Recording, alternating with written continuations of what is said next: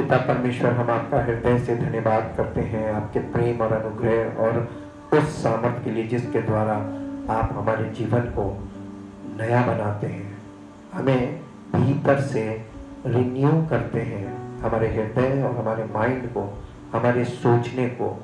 प्रभु, आप सब कुछ नया करके हमें एक नया मनुष्य बनाकर अपनी महिमा के लिए प्रकट करते हैं। और ये काम आप अपने पुत्र के बलिदान के द्वारा शुरू करते हैं, जब हम उस पर विश्वास करते हैं और विश्वास से हम आपकी धार्मिकता को प्राप्त करते हैं, शुरू करते हैं, और पवित्र आत्मा के द्वारा आप अपनी धार्मिकता को हमारे जीवन में स्थापित करते हैं। आपके इस प्रयोजन के लिए आपका धन्यवाद करते हैं और इस कार्य में आपका पवित्र वचन जो हमारे पास है वो कार्य करता है और उसी के द्वारा पवित्र आत्मा हमारे जीवन में सब कुछ नया बनाता है। आपका धन्यवाद और आपकी बड़ाई करते हैं। इस प्रार्थना को आपके इकलौते पुत्र प्रभु यीशु मसीह के नाम से मांगते हैं, आमीन। परमेश्वर की महिमा हो क्योंकि वो महिमा के योग्य है, उसका धन्यवाद हो क्योंकि वो धन्यवाद के योग्य है, उसकी सामर्थ्य अपरंपार है और उसकी योजनाएं कभी विफल नहीं होती। पर जैसा कि हम लोग लगातार एक सीरीज को देख रहे हैं, राइचियसनेस ऑफ गॉड, 5वां भाग आज हम आपके साथ शेयर करेंगे।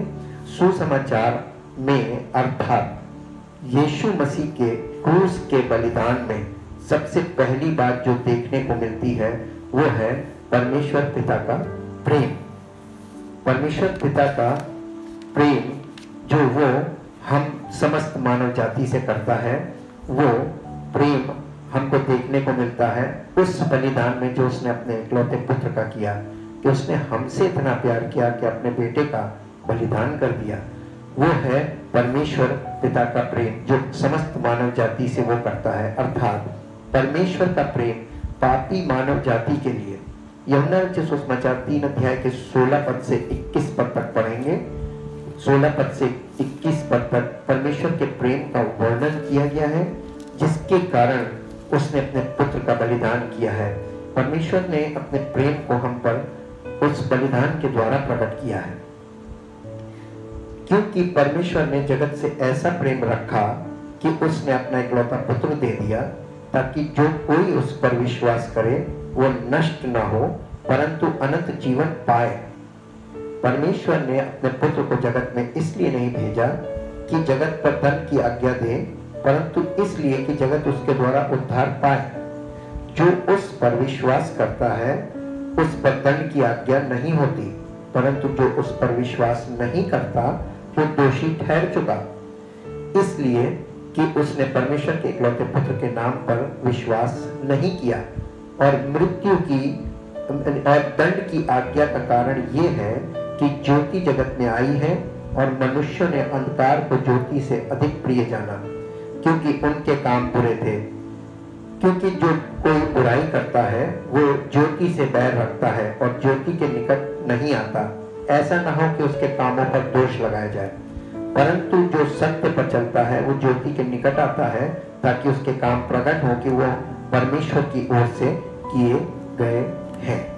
हम परमेश्वर का उसके वचन के लिए धन्यवाद करते हैं और पवित्र आत्मा का कि वो सही विषय पर सही परमेश्वर के वचन को हमारे सामने रखता है, ताकि हमारे दिमाग में जो इमेज है, जो पिक्चर है, वो सही बने। रोमियो की पत्री के 5 अध्याय में चलेंगे और उसके 5 अध्याय से 11 अध्याय तक 11 पद तक पढ़ेंगे। 5 अध्याय रोमियो की पत्री 5 अध्याय और 5 पद से 11 पद तक पढ़ेंगे, जहाँ इस प्रकार से लिखा हुआ है, रोमियो 5 से 11, और यहाँ पर ऐसा लिखा हुआ है, और आशा से लज्जा नहीं होती, क्योंकि पवित्र आत्मा जो हमें दिया गया है उसके द्वारा परमेश्वर का प्रेम हमारे मन में डाला गया है। क्योंकि जब हम निर्बल ही थे तो मसीह ठीक समय पर भक्तिहीनों के लिए मरा। वो भक्तों के लिए नहीं मरा, भक्तिहीनों के लिए यानी पापियों के लिए मरा। किसी धर्मी जन के लिए कोई मरे ये तो दुर्लभ है, परंतु हो सकता है किसी भले मनुष्य के लिए कोई मरने का भी साहस करे। परंतु परमेश्वर हम पर अपने प्रेम की भलाई इस रीति से प्रकट करता है कि जब हम पापी ही थे तभी मसीह हमारे लिए मरा। अतः जबकि हम अब उसके लहू के कारण धर्मी ठहरे तो उसके द्वारा परमेश्वर के क्रोध से क्यों न बचेंगे, क्योंकि बैरी होने की दशा में उसके पुत्र की मृत्यु के द्वारा हमारा मेल परमेश्वर के साथ हुआ, तो फिर मेल हो जाने पर उसके जीवन के कारण हम उद्धार क्यों ना पाएंगे। केवल यही नहीं, परंतु हम अपने प्रभु यीशु मसीह के द्वारा, जिसके द्वारा हमारा मेल हुआ है, परमेश्वर में आनंदित होते हैं। ये परमेश्वर के वचन हमको ये बताते हैं कि परमेश्वर की धार्मिकता जो यीशु मसीह के बलिदान के द्वारा उस पर हम विश्वास करते हैं तो हमें प्राप्त होती है। पहला पत्रस उसका एक अध्याय का पहला पत्रस पहला अध्याय और उसका 18 से 21 पद में देखेंगे। पहला पत्रस उसका पहला अध्याय 18 पद से, क्योंकि तुम जानते हो कि तुम्हारा निकम्मा चाल चलन जो बाप दादों से चला आता है, उससे तुम्हारा छुटकारा सोने चांदी अर्थात नाशवान वस्तुओं के द्वारा नहीं हुआ, पर निर्दोष और निष्कलंक मेमने अर्थात मसीह के बहुमूल्य लहू के द्वारा हुआ। उसका ज्ञान तो जगत की उत्पत्ति के पहले ही से जाना गया था, पर अब इस अंतिम युग में तुम्हारे लिए प्रकट हुआ।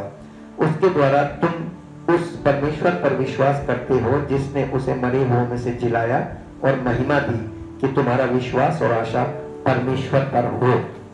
यह है परमेश्वर की धार्मिकता। यीशु मसीह का बलिदान परमेश्वर के प्रेम का सबूत है जो उसने पापी मनुष्यों से किया है। क्रूस के बलिदान में परमेश्वर का न्याय भी प्रकट होता है, अर्थात ये कि परमेश्वर सच्चा न्यायी है। मत्ती रचित सुसमाचार के 27 अध्याय के 15 से 26 पद को देखेंगे। मत्ती रचित सुसमाचार 27 अध्याय और उसके 15 पद से देखेंगे। यहाँ पर परमेश्वर सच्चा न्यायी कैसे है ये बात हमें और आपको प्रकट हो जाएगी। मृत्यु दंड की आज्ञा 27 अध्याय 15 पद में हम देखेंगे, हाकिम की ये रीति थी कि उस पर्व में लोगों के लिए किसी एक बंदी को जिसे वे चाहते थे छोड़ देता था। उस समय उनके यहाँ बरअब्बा नामक एक माना हुआ बंदी था। अतः जब वे इकट्ठे हुए तो पिलातुस ने उनसे कहा, तुम किसको चाहते हो कि मैं तुम्हारे लिए छोड़ दूं, बरअब्बा को या यीशु को जो मसीह कहलाता है, क्योंकि वो जानता था कि उन्होंने उसे दाह से पकड़वाया है। जब वो न्याय की गद्दी पर बैठा हुआ था तो उसकी पत्नी ने उसे कहला भेजा, तू उस धर्मी के मामले में हाथ न डालना, क्योंकि मैंने आज स्वप्न में उसके कारण बहुत दुख उठाया है। प्रधान याजकों और पुर्नियों ने लोगों को उभारा कि वे बरअब्बा को मान लें और यीशु का नाश कराएं। हाकिम ने उनसे पूछा, इन दोनों में से किसको चाहते हो कि मैं तुम्हारे लिए छोड़ दूं? उन्होंने कहा, बरअब्बा को। पिलातुस ने उनसे पूछा, फिर यीशु को जो मसीह कहलाता है क्या करूं? सबने उससे कहा, वो क्रूस पर चढ़ाया जाए। हाकिम ने कहा, क्यों, उसने क्या बुराई की है? परंतु वे और भी चिल्ला चिल्ला कर कहने लगे, वो क्रूस पर चढ़ाया जाए। जब पिलातुस ने देखा कि कुछ बन नहीं पड़ता परंतु इसके विपरीत हुल्लड़ बढ़ता जाता है, तो उसने पानी लेकर भीड़ के सामने अपने हाथ धोए और कहा, मैं इस धर्मी के लहू से निर्दोष हूँ, तुम ही जानो। सब लोगों ने उत्तर दिया, इसका लहू हम पर और हमारी संतान पर हो। इस पर उसने बरअब्बा को उनके लिए छोड़ दिया और यीशु को कोड़े लगवाकर सौंप दिया कि क्रूस पर चढ़ाया जाए। यीशु मसीह को क्रूस पर चढ़ाने के लिए कोई दोष उस पर सिद्ध नहीं हुआ था।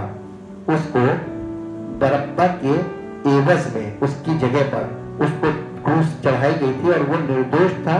इसलिए परमेश्वर का वचन बिल्कुल सही है और यीशु मसीह को कानून ने भी, उस जमाने के राजाओं ने भी निर्दोष सिद्ध किया था। लूका रचित सुसमाचार 23 अध्याय में देखेंगे, 23 अध्याय के 13 पद में।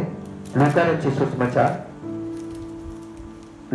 सुसमाचार के 23 अध्याय 13 से 25 पद में देखेंगे। यहाँ पर इस प्रकार से लिखा हुआ है, 23 अध्याय 13 से, पिलातुस द्वारा यीशु को मृत्यु दंड। पिलातुस ने प्रधान याजकों और सरदारों और लोगों को बुलाकर उनसे कहा, तुम इस मनुष्य को लोगों का बहकाने वाला ठहरा कर मेरे पास लाए हो, और देखो मैंने तुम्हारे सामने उसकी जांच की, पर जिन बातों का तुम उस पर दोष लगाते हो उन बातों के विषय में मैंने उसमें कुछ भी दोष नहीं पाया है, ना हेरोदेस ने, क्योंकि उसने उसे हमारे पास लौटा दिया है। और देखो, उससे ऐसा कुछ नहीं हुआ कि वो मृत्यु के दंड के योग्य ठहराया जाए, इसलिए मैं उसे पिटवा कर छोड़ देता हूँ। पिलातुस पर्व के समय उनके लिए एक बंदी को छोड़ने पर विवश था। तब सब मिलकर चिल्ला उठे, इसका काम तमाम कर और हमारे लिए बरअब्बा को छोड़ दे। वो किसी बलवे के कारण जो नगर में हुआ था और हत्या के कारण बंदी गृह में डाला गया था, बरअब्बा। पर पिलातुस ने यीशु को छोड़ने की इच्छा से लोगों को फिर समझाया, परंतु उन्होंने चिल्लाकर कहा, उसे क्रूस पर चढ़ा, क्रूस पर। उसने तीसरी बार उनसे कहा, क्यों? उसने कौन सी बुराई की है? मैंने उसमें मृत्यु के दंड के योग्य कोई बात नहीं पाई, इसलिए मैं उसे पिटवा कर छोड़ देता हूँ। परंतु वे चिल्ला चिल्ला कर पीछे पड़ गए कि वो क्रूस पर चढ़ाया जाए, और उनका चिल्लाना प्रबल हुआ। अतः पिलातुस ने आज्ञा दी कि उनकी विनती के अनुसार किया जाए। उसने उस मनुष्य को जो बलवे और हत्या के कारण बंदी गृह में डाला गया था और जिसे वे मांगते थे, छोड़ दिया और यीशु को उनकी इच्छा के अनुसार सौंप दिया। इस तरीके से हम दूसरे और एक और सुसमाचार है, मरकुस रचित सुसमाचार। हम मरकुस रचित सुसमाचार के 15 अध्याय में चलेंगे और वहां भी इस बात को देखेंगे। मरकुस रचित सुसमाचार के 15 अध्याय में ये सुसमाचार गवाह हैं यीशु मसीह के और उसकी सच्चाई के, और इस बात के भी कि यीशु मसीह निष्कलंक और निर्दोष परमेश्वर का मेमना था जो हमारे पापों के लिए बलिदान हुआ। 15 अध्याय के 6 पद से देखेंगे। पिलातुस उस पर्व में किसी एक बंदी को जिसे वे चाहते थे उनके लिए छोड़ दिया करता था। बरअब्बा नाम का एक मनुष्य उन बलवइयों के साथ बंदी था जिन्होंने बलवे में हत्या की थी, और भीड़ ऊपर जाकर उससे विनती करने लगी कि जैसा तू हमारे लिए करता आया है वैसा ही कर। पिलातुस ने उनको उत्तर दिया, क्या तुम चाहते हो कि मैं तुम्हारे लिए यहूदियों के राजा को छोड़ दूं? क्योंकि वो जानता था कि प्रधान याजकों ने उसे डाह से पकड़वाया था। परंतु प्रधान याजकों ने लोगों को उभारा कि वे बरअब्बा ही को उनके लिए छोड़ दे। ये सुन पिलातुस ने उनसे फिर पूछा, तो जिसे तुम यहूदियों का राजा कहते हो उसको मैं क्या करूं? वे फिर चिल्लाए, उसे क्रूस पर चढ़ा दे। पिलातुस ने उनसे कहा, क्यों? इसने क्या बुराई की है? परंतु वे और भी चिल्लाए, उसे क्रूस पर चढ़ा दे।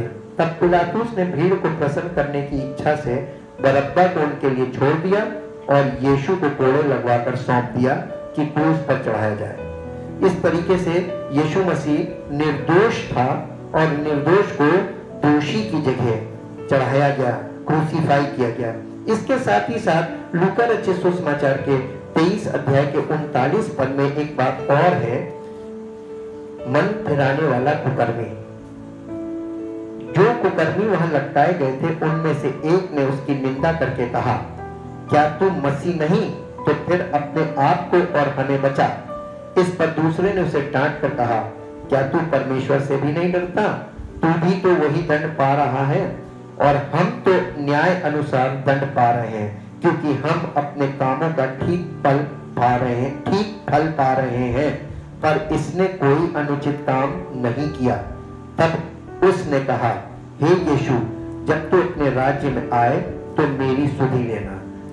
उसने उससे कहा, यानी यीशु ने उससे कहा, मैं तुझसे सच सच कहता हूं कि आज ही तू मेरे साथ स्वर्गलोक में होगा। यीशु मसीह ने उसी समय उसको एक्सेप्ट किया। Righteousness is the condition of being in a right relationship with the Lord.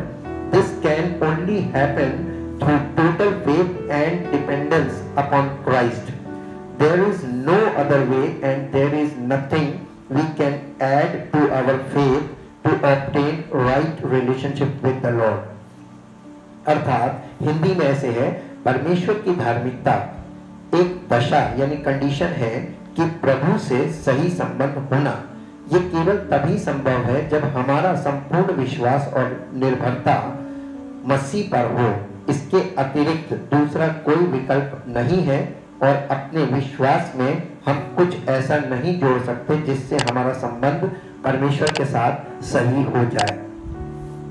परमेश्वर से संबंध स्थापित होना यानी रेस्टोरेशन ऑफ रिलेशनशिप, संबंध स्थापित होना या संबंध का नए सिरे से स्थापित होना यानी नया हो जाना, संबंध सही हो जाना, रेस्टोरेशन ऑफ रिलेशनशिप कहलाता है, जिसे इम्प्यूटेड राइचियसनेस अर्थात यीशु मसीह की धार्मिकता के आधार पर बरी हो जाना कहते हैं, जिसे इंग्लिश में एक्विटल कहते हैं। बरी हो जाना या दोष मुक्त हो जाने का अर्थ ये नहीं कि आरोपी निर्दोष है, लेकिन दोष साबित न हो पाने के कारण यानी बेनिफिट ऑफ डाउट वो दोष मुक्त किया गया है। यह आदेश केवल न्यायी द्वारा दिया जाता है। दोष मुक्त होने का यह मतलब नहीं कि आरोपी निर्दोष है, बल्कि दोष सिद्ध न हो पाने के कारण दोष मुक्त घोषित किया गया है। यदि दोबारा उस पर आरोप लगता है तो उस पर कार्रवाई की जाएगी। यही तो आत्मिक रूप से यीशु मसीह के पाप के निमित्त बलिदान के द्वारा जो कोई उसके इस बलिदान को अपने छुटकारे के रूप में ग्रहण करता और ये विश्वास करता है कि मेरे पापों का प्रायश्चित यीशु मसीह ने किया है, वो दोष मुक्त घोषित किया जाता है पिता परमेश्वर की ओर से। इसे ही इम्प्यूटेड राइचियसनेस अर्थात यीशु मसीह की धार्मिकता के आधार पर दोष मुक्त हो जाना कहते हैं। दूसरा कुरिन्थियों 5 अध्याय और उसका 21 पद इस बात के एविडेंस में हम आपके सामने रखते हैं। दूसरा कुरिन्थियों 5 अध्याय और इसके 21 पद में ऐसे लिखा हुआ है,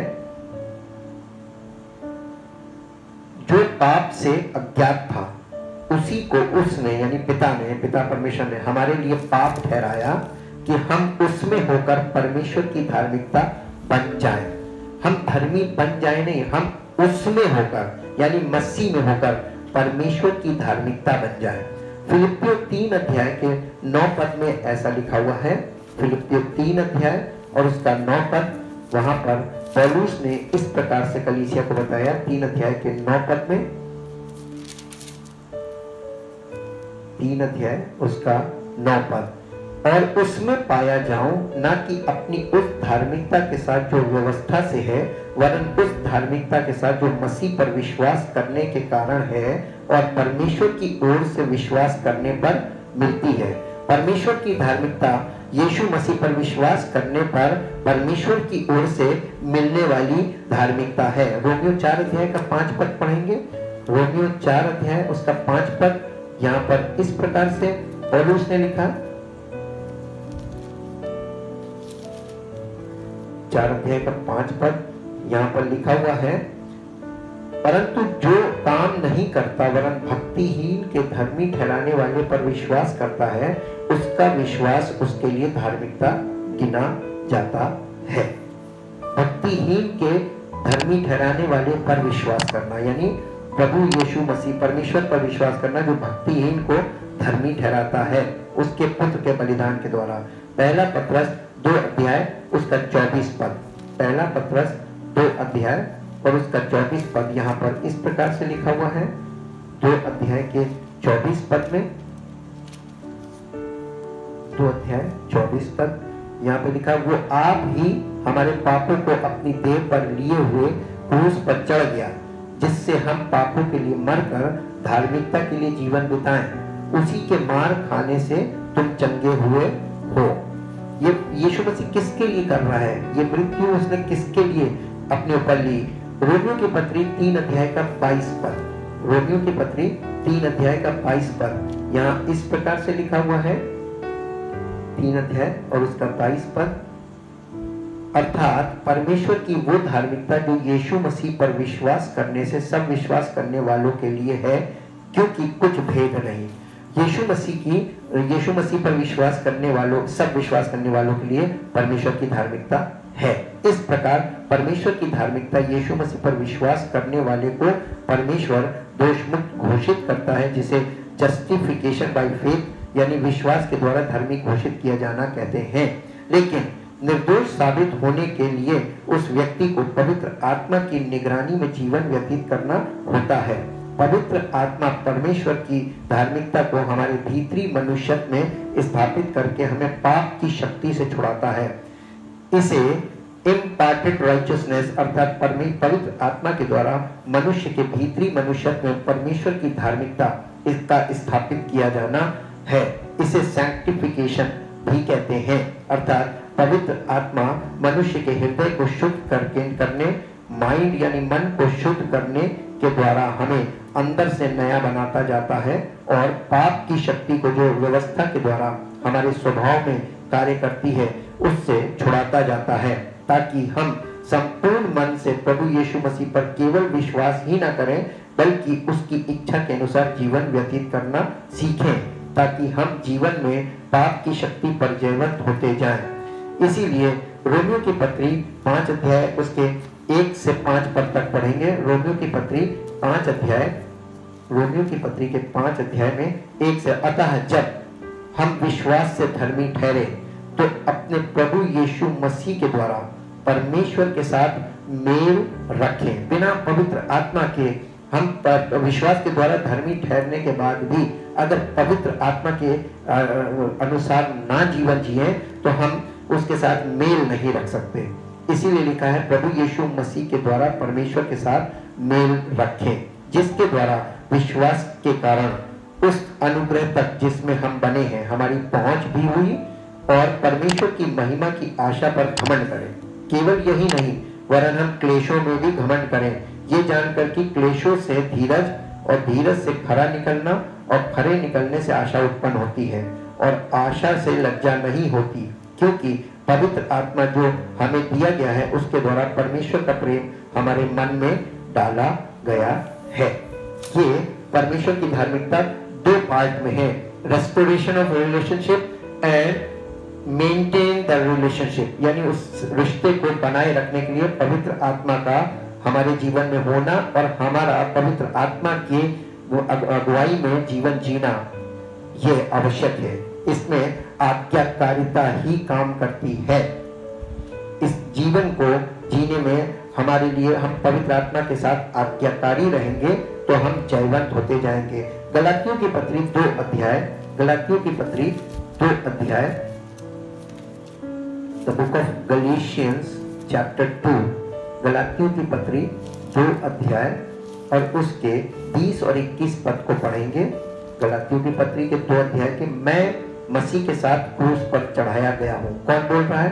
ये पौलुस बोल रहा है कि मैं मसीह के साथ क्रूस पर चढ़ाया गया हूँ। अब मैं जीवित ना रहा पर मसीह मुझ में जीवित है और मैं शरीर में अब जो जीवित हूँ तो केवल उस विश्वास से जीवित हूँ जो परमेश्वर के पुत्र पर है, जिसने मुझसे प्रेम किया और मेरे लिए अपने आप को दे दिया। मैं परमेश्वर के अनुग्रह को व्यर्थ नहीं ठहराता, क्योंकि यदि व्यवस्था के द्वारा धार्मिकता होती तो मसीह का मरना व्यर्थ होता। कॉमन सेंस की बात है, अगर व्यवस्था से धार्मिकता मिलती तो यीशु मसीह का मरना व्यर्थ था। उसके मरने को हमें समझना, उसकी मृत्यु ही हमारे जीवन के नए जीवन की शुरुआत है। पहला थिस्सलुनीकियों 5 अध्याय का 23 और 24 पद पढ़ेंगे। पहला थिस्सलुनीकियों 5 अध्याय और उसका 23 और 24 पद पढ़ेंगे, जहां पर इस प्रकार से लिखा हुआ है, शांति का परमेश्वर आप ही तुम्हें पूरी रीति से पवित्र करे और तुम्हारी आत्मा और प्राण और देह हमारे प्रभु यीशु मसीह के आने तक पूरे और निर्दोष सुरक्षित रहे। तुम्हारा बुलाने वाला सच्चा है और वो ऐसा ही करेगा। जी हाँ, परमेश्वर ऐसा ही तो करना चाहता है हमारे और आपके जीवन में। तीतुस की पत्री 2 अध्याय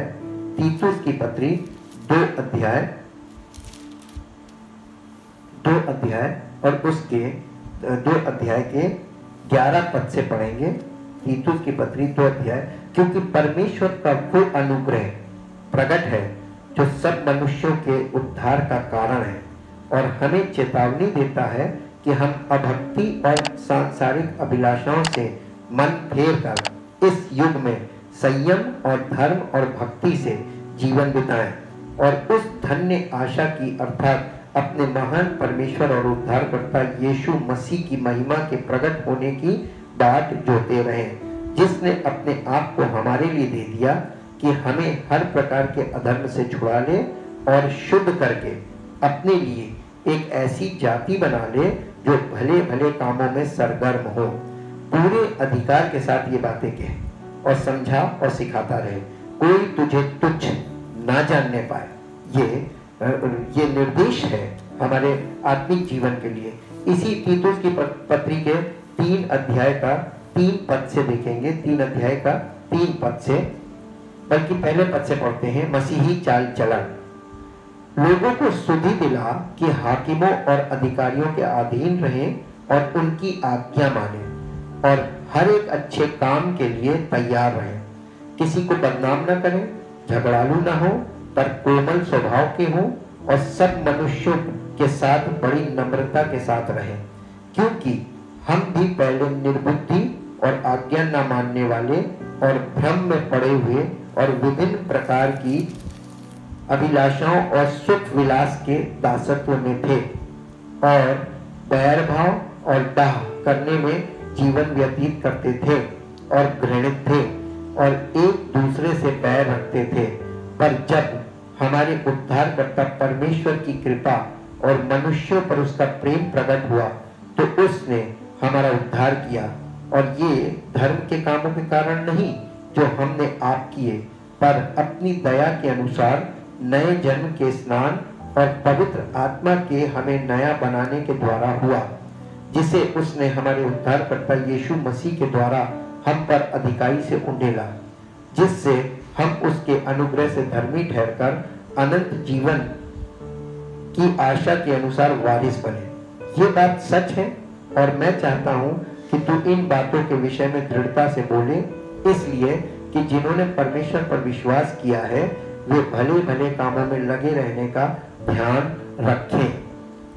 ये बातें भली और मनुष्यों के लाभ की हैं, पर मूर्खता के विवादों और वंशावलियों और विरोध और झगड़ों से जो व्यवस्था के विषय में हो बचा रहे, क्योंकि वे निष्फल और व्यर्थ हैं। किसी पाखंडी को 1-2 बार समझा बुझाकर उससे अलग रहे। ये जानकर कि ऐसा मनुष्य भटक गया है और अपने आप को दोषी ठहराकर पाप करता रहता है। यानी परमेश्वर के पत्रियों में परमेश्वर के योजनाओं का खुलासा होता जाता है, और यही काम तो पवित्र आत्मा करता है हमारे जीवन में, हम सबके जीवन में। जब हम पवित्र आत्मा की आज्ञा मानने लगते हैं, उसकी सुनने लगते हैं, तो वो हमारे जीवन में कार्य करने लगता है, परमेश्वर के लिखित वचनों को दिखा दिखाकर, सिखा सिखाकर, बता बताकर। द बुक ऑफ टाइटस, तीतुस की पत्री, इंग्लिश में पढ़ेंगे इसको। Titus chapter 3 from verse 1 onwards. Remind people to be submissive to their magistrates and authorities, to be obedient, to be prepared and willing to do any upright and honorable work, to slander or abuse or speak evil of no one, to avoid being contentious, to be forbearing, yielding, gentle and conciliatory, and to show unqualified courtesy towards everybody. For we also were once thoughtless and senseless, obstinate and disobedient, deluded and misled.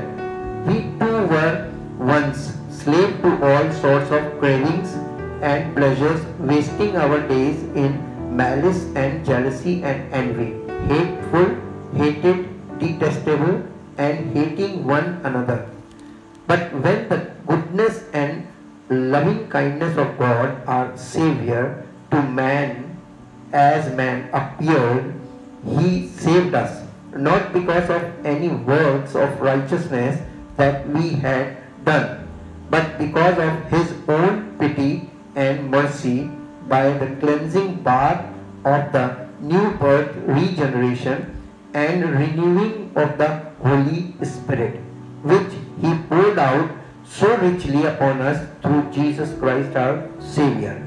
And He did it in order that we might be justified by His grace, by His favor, wholly undeserved, that we might be acknowledged and counted as conformed to the divine will in purpose, thought, and action, and that we might become heirs of eternal life according to our hope. message is most trustworthy, and concerning these things I want you to insist steadfastly, so that those who have believed in, trusted in, relied on God may be careful to apply themselves to honorable occupations and to doing good, for such things are not only excellent and right in themselves, but they are good and profitable for the people. But avoid stupid and foolish controversies and genealogies and dissensions and wrangling about the law, for they are unprofitable and futile. As for a man who is factious, a heretical, sectarian, and cause of divisions, after admonishing him a first and second time, reject him from your fellowship, and have nothing more to do with him, well aware that such a person has utterly changed, is perverted and corrupted. He goes on sinning, though he is convicted of guilt and self-condemned.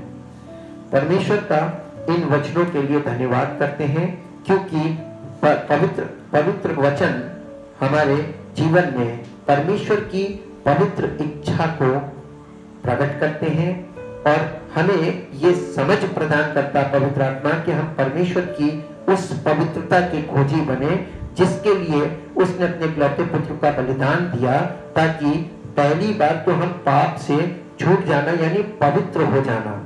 हमारा जीवन जो पापों से हमारे अभी आज born Sinner, हम जन्म से पापी है, हमारा जन्म पाप के द्वारा ही है।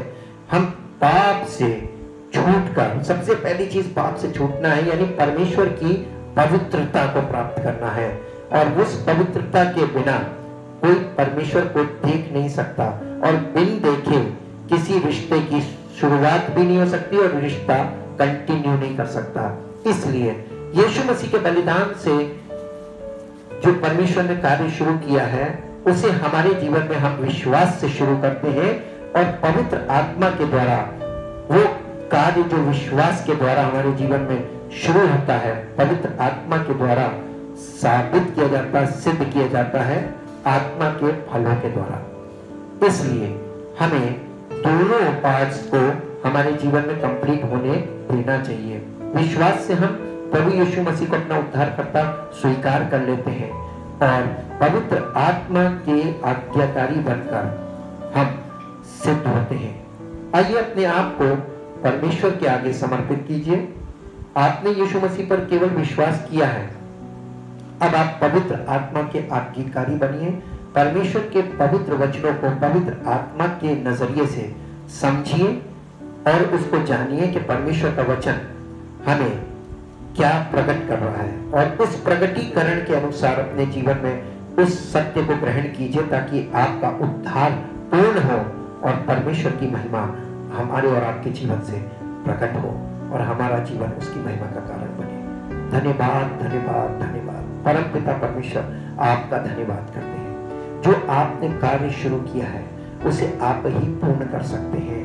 इसलिए प्रभु, हम अपने जीवन का समर्पण संपूर्ण रूप से आपके सामने करते हैं, संपूर्ण हृदय से, संपूर्ण मन से और संपूर्ण जिस्म को आपके सामने रखते हैं। चाहते प्रभु हमारे देह प्राण आत्मा में आपकी मर्जी पूरी हो और हमारे जीवन से आपकी महिमा प्रकट हो।